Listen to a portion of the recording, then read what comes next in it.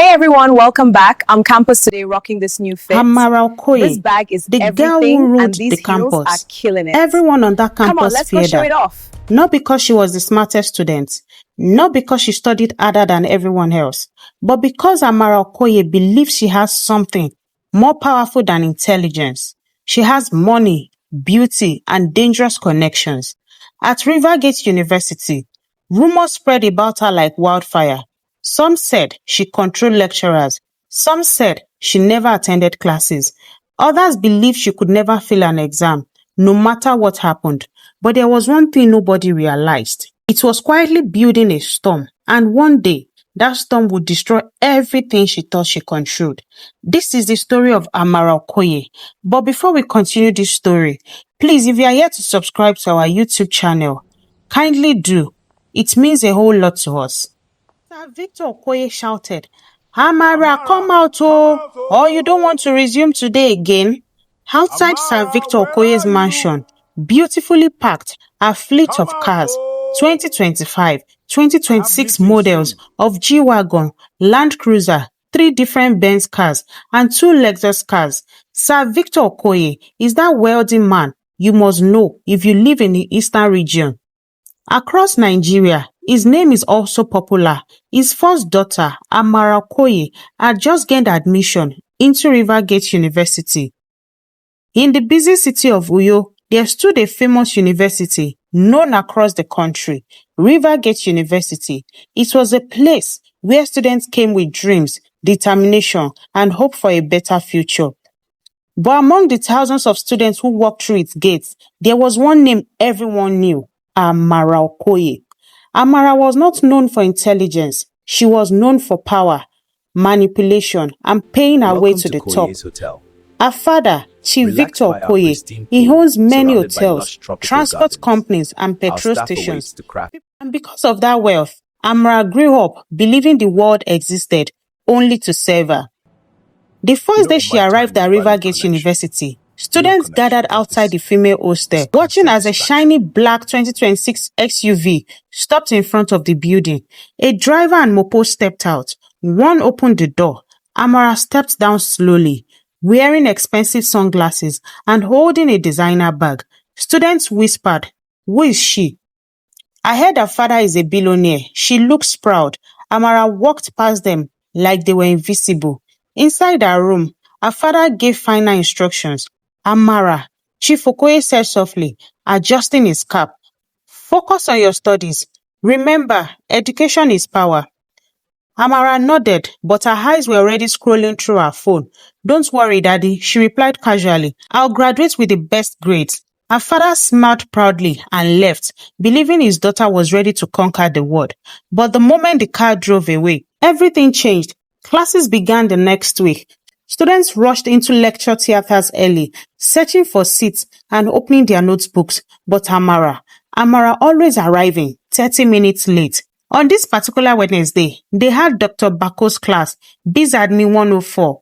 While students were busy rushing to sit in the Nwoko lecture theater, Amara was gallantly standing outside, receiving calls. It is no rumor that Dr. Bako must not get to the lecture hall before any student. So the 100-level fresher students abided by this rule as freshers who wanted no problem in the university. But Amara, fearless, manipulative, and stubborn. Dr. Bako marched into the Nwoko lecture theater with his Panama cap on his head. 5 minutes later, Amara strolled in. Hey, young woman, why are you just coming to my class? I do not take nonsense. You should know that, or were you not told?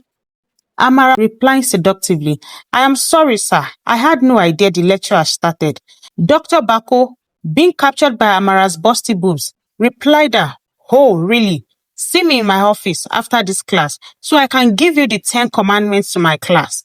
Dr. Bako is a known fornicator on campus and goes after every girl with big boobs. Not only that, he targets those whose parents are rich. Dr. Karim Bako, one of the strictest lecturers in the Faculty of Social Sciences and also the dean, His courses 102, 104, 106 were feared by students because many had carried over his courses for years. People said he never smiled, he never forgave mistakes, and he never gave free marks.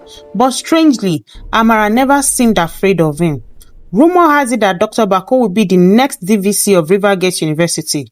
And for real, Dr. Bako is one of the most powerful lecturers in Rivergate. After the lecture that afternoon, Amara Kat walked into Dr. Bako's office. There's a sofa in his office, a toilet and bathroom, and his office looked really nice as the Dean of Social Sciences. Before Dr. Bako could say anything, Amara leaned forward to his table, her boobs ready to seduce Dr. Bako. Amara muttered, "You know I have heard so much about you. Without beating around the bush, I want to be your only girlfriend on this campus. I want to pass all your courses, and even that of your colleagues. I want to be in every lecturer's good book. We can be meeting at the hotel every Friday around 8 p.m. I will book the hotel. You don't have to worry about that." Dr. Bako, a known fornicator and greedy lecturer, was impressed and ready to swing into the offer by Amara. He replied, "Immediately you walked into my class, I knew you are my taste. Don't worry, we'll be very discreet about this, and for other lecturers, I will undo them." Just like that, Amara and Dr. Bako began their sexcapades. Sometimes they will meet in his bathroom, sometimes on his office couch. Slowly, rumors started spreading on campus. Amara and Dr. Bako's name on every lips. Amara rarely attended lectures. She threw expensive parties in the hostel. Different men were always seen dropping her off in flashy cars, and yet her results were always perfect. Soon, the whispers began. Something is wrong. No one can live like that and still pass. There must be something she's doing behind the scenes. But the biggest shock came when students discovered one disturbing secret. Amara is not only dating Dr. Bako, she also sleeps with the HOD of BizAdmin. And slowly, quietly, people began to notice something strange. Whenever Amara walked into the Dean or HOD's office, the doors stayed locked for hours, and after those visits, no lecturer ever dared to fail her again. Students began whispering a single sentence across the entire campus: "Karma will catch her one day. She never knew." But at that moment, Amara Okoye believed she was untouchable. Every single time, the large lecture hall would suddenly grow quiet as she walked in slowly, her heels clicking loudly against the floor. Go, go, go, go. Some students stared with annoyance. Some shook their heads. But Amara never cared. One morning, a new lecturer paused mid-lecture when she walked in again. "Young lady," the lecturer said sternly, "this is the third time you are coming late." Amara looked at him calmly, leaned against the desk and replied, "Sir, just continue your teaching." The class gasped. The lecturer froze for a moment, then slowly turned back to the board and continued teaching. Just after that, Amara reported this lecturer to her boyfriend, Dr. Bako, the dean, of course. The dean summoned Mr. Olawale, the new lecturer, telling him a student reported him for bullying. Dr. Bako questioned Mr. Olawale and told him that must never happen again. By the second semester of her first year at Rivergate University, the name Amara Okoye had already become a legend on campus, but not the kind of legend students admired, the kind they whispered about behind closed doors. Every morning, hardworking students rushed to lectures with books, pressed tightly against their chest. They fought for seats, copied notes quickly, and studied late into the night. Amara lived in a completely different world. While others worried about assignments and tests, Amara spent most nights at expensive lounges in town. Flashy cars often lined up outside the female hostel just to drop her off. Different men, different gifts, different rumors. One afternoon, students sat nervously inside the lecture hall, waiting for class to begin. Dr. Bako had already started explaining an important topic when the door suddenly opened. Click, click, click. Amara walked in again, late. The class turned their heads slowly. Some students exchanged looks. One girl whispered quietly to her friend, "Watch what will happen now." Dr. Bako stopped writing on the board and turned around slowly. His eyes met Amara's. The entire class held their breath. Normally, students who arrived late were sent out immediately, but instead, Dr. Bako adjusted his glasses and said calmly, "Miss Okoye, please take a seat." The classroom exploded with silent shock. Amara smiled slightly and walked confidently to the front row. From that moment, the rumors grew stronger. Students noticed something strange. Whenever Amara missed tests, her scores still appeared. Look, it says Whenever right she here, skipped perfect assignments, Amara, her she's grades always been remained smart, but high. this is next level. And if any lecturer tried to question her performance, Dr. Bako appeared like a shadow behind her. One day, in the staff corridor, two lecturers were heard arguing. "I cannot give mark to a student who never attends lecture," one lecturer said angrily. Dr. Bako's voice came cold and firm. "Then you must learn how this university works." Don't you know how the message university was system clear. works? No one touched Amara Okoye. Weeks Don't bother turned into yourself months, with irrelevant months turned talks. into years. Amara continued living a reckless campus life without fear. Meanwhile, resentment inside the classroom grew like a silent storm, and one person watched everything carefully: the class governor. His name is Daniel Ojo. Daniel is known as the most responsible student in the class. He believed strongly in fairness and hard work, but every time he looked at Amara's result sheet, his anger grew. How is this possible? He once muttered quietly, "She doesn't even attend class." It was late afternoon at Rivergate University, and the corridors of the Faculty of Social Sciences were unusually quiet. A few students lingered around after lectures, whispering among themselves, and today there is a plan. Today, she'll finally see she can't keep bullying people with money or her sex carpets. The class governor has gathered a small group behind a corner near the faculty parking lot. She thinks she can come here, humiliate us, skip lectures, and manipulate lecturers. Daniel is. It's time someone taught her a lesson. Amara appeared, walking slowly. The group stepped forward, blocking her path. "Amara," Daniel said firmly, "we need to talk." Amara raised a single eyebrow. "What makes you think I have time for the likes of you?"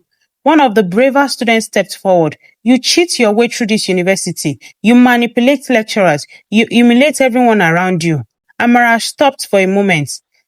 "Do you really think your threats scare me?" she asked, leaning slightly toward them. "Do you know what happens to students who try?" Daniel froze. Amara's gaze flicked toward the faculty building. "Some doors you cannot open, some powers you cannot touch. Learn your lesson before it is too late," Amara replied them. She walked past them without another word. The students watched her disappear. One evening, while helping Dr. Karim Bako arrange exam scripts in his office, Daniel stared at a pile of papers on the desk. One script caught his eye. The name on it read Amara Okoye. Daniel froze. For a long moment, he simply stared at it. And then a dangerous idea came to his mind. And that was the moment Daniel made a decision that he was going to take Amara Okoye's script and tear it.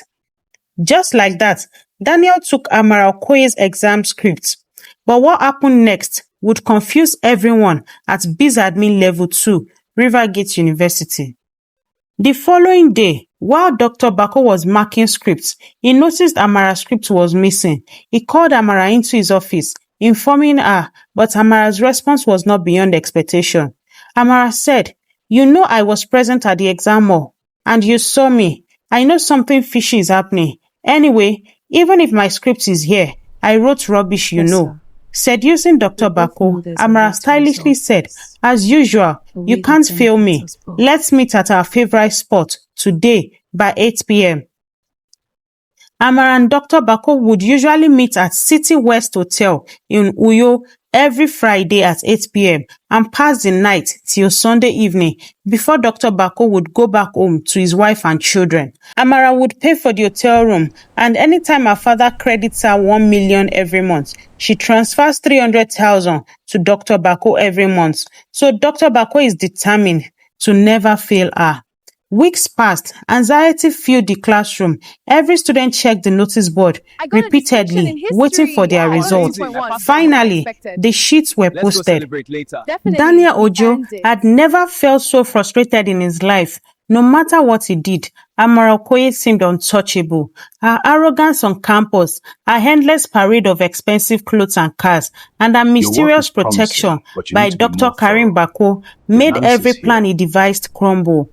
After the missing exam scripts, the next morning, Daniel went to check the results of Dr. Bako 201, 204, and 206 course, the ones he had been certain he would ace. He had studied for weeks, memorized every note, and expected an A. Daniel pushed through the crowd, searching for the truth. Then he saw it, Amara's name. Next to it, a bold A. Biz Admin 206. Daniel's hand shook. Impossible. How? Amara strode past, scrolling her phone as if she had expected this all along. But when he saw his grades, his blood ran cold. He had C, F, C. Daniel being the class governor and one of Dr. Bako's favorites, Dr. Bako was lenient not to have given him F entirely in all the 3 courses. He only wanted to teach Daniel a big lesson. Every muscle in Daniel's body stiffened. He realized instantly what Amara had done. Not only was she untouchable, she could manipulate Tobacco. Daniel's fist clenched. He had lost, and he knew that Amara Okoye might be truly untouchable. And from that day forward, he had to back off. Amara continued her reckless life. In her 400 level, she began dating a wealthy businessman, a man whose private jets frequently carried her to Dubai, where she stayed in luxury hotels, shopping in exclusive malls, and attending lavish parties. He was fond of Amara. He would buy her expensive wigs, carry her to his goldsmith, buy her expensive gold. Chief Owonikoko was really interested in marrying Amara discreetly in Lagos as his second wife. But Amara was never satisfied with love. She craved control and money, and was not even ready to settle down as Chief Owonikoro's young wife. Back in Lagos one day, she drugged him during a private dinner, stole his briefcase with dollars, and disappeared from his life entirely. The man never reported her, too afraid of exposing his own indiscretions and escapades. Amara traveled back to Uyo and never set her eyes on Chief Owonikoro again since that night. Amara's charm didn't stop there. She visited hospitals regularly, often under the guise of treating herself, secretly managing infections and illnesses no one dared talk about. Eventually, she graduated from Rivergate University with honors. She was posted to the governor's office during her service year. During this period, Amara was busy traveling instead to her preferred locations because she was dating Governor Jaja Daniels, the governor of Hope State. She truly enjoyed the privileges that came with proximity to power. The governor of Hope State set up an entire boutique, interior decor showroom for Amara. Years passed. 4 years after her NYC, Amara's restless spirit led her to Italy. But this time, it wasn't the familiar wealth of old friends that awaited her. It was Tunde Bello, a young, handsome, very rich entrepreneur with ambitions and charm, whose heart she quickly captured. Tunde owns a tech company in Nigeria. In fact, one of the leading tech companies in Nigeria. Tunde had no idea that behind Amara's beauty lay a history of manipulation, seduction, reckless life, and secrets that had spanned continents. As Amara sipped champagne at one of the finest restaurants in Italy, the threads of karma were quietly beginning to weave together. Tunde arrived in Italy. The young Nigerian entrepreneur had traveled to meet his Italian investors and finalize a business deal that could change his life. That evening, after a long day of meetings, he decided to relax at one of the finest restaurants in the city. As Tunde sat down, his eyes wandered across the room. Then he saw her, Amara. She sat alone at a corner table, elegantly dressed. Her beauty was striking. Tunde couldn't take his eyes off her. Gathering courage, he walked over. "Good evening," he said with a warm smile. "May I join you?" Amara looked up, studying him for a moment before smiling back. "Only if you promise not to bore me," she replied playfully. They both laughed. The conversation lasted hours, and what started as a simple greeting turned into endless stories. From that night, their relationship blossomed. 9 months later, Tunde got down on one knee. Amara, will you marry me? Tears filled her eyes as she nodded yes. Life seemed perfect. Amara, known as a bold street big girl, is now ready to settle down as Mr. Tunde's wife. When she turned 30, she organized a lavish birthday bash that everyone talked about for weeks, but one person was missing, Tunde. He had traveled to Harvard University for a professional course and couldn't attend Amara's 30th birthday. During the celebration, music blasted, champagne flowed, and expensive gifts piled high. Then something unexpected happened. A luxurious G-Wagon car arrived outside the venue. The crowd gasped. The gift was for Amara, anonymously. Confused but excited, Amara accepted it. Later that night, a wealthy businessman sent his personal assistant to collect Amara's number. His name is Senator Afolabi, the one who gifted Amara the G-Wagon. What started as a harmless conversation quickly turned into a secret relationship. 2 months later, their affair deepened, but unknown to Amara, something dangerous had entered her life. She had contracted HIV from Senator Afolabi. Completely unaware, Amara traveled to Lagos to reunite with Tunde, who had just returned from Harvard. Immediately she arrived, she visited her usual hospital, West Medical Center, for a routine checkup. Moments later, her ward collapsed. The doctor looked at her carefully. Miss Amara, your result shows that you are HIV positive. Her heart stopped. What? She whispered. Amara burst into uncontrollable tears. Why me? How? Where? Suddenly, a painful realization struck her. This is karma. That night, she met Tunde at the hotel where he was staying. Tunde was exhausted from traveling and quickly fell asleep. But Amara couldn't sleep. Her mind was screaming with fear and with guilt.